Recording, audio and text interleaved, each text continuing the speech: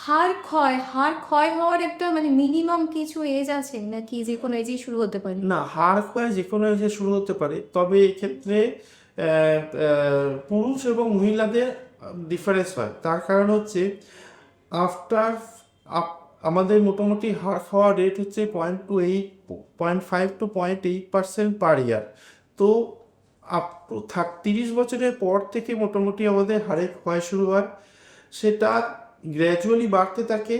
কিন্তু মহিলাদের ক্ষেত্রে যখন মেনোপজ হয়, মেনোপজের পরে সেই ক্ষয়ের পরিমাণটা র্যাপিডলি অনেকখানি বেড়ে যায়, 4 to 5% পার ইয়ার হয়ে যায়। যেটা পুরুষদের ক্ষেত্রে কিন্তু তাদের কিন্তু সেই সেম রেটেই কিন্তু হাড়ের ক্ষয় দেখা দেয়। তো যখন সমস্যা হয়, আমরা যখন গ্রাফ দেখি যে 30 থেকে 40 45 অবধি মহিলা এবং পুরুষ মোটামুটি একই রকমভাবে হাড়ে ক্ষয় হচ্ছে। কিন্তু যখন মেনোপজ হলো 45 বা 46 অ্যারাউন্ড, তারপরেই কিন্তু মহিলাদের ক্ষেত্রে কিন্তু হাড়ের ক্ষয় অনেকখানি বেড়ে যায়।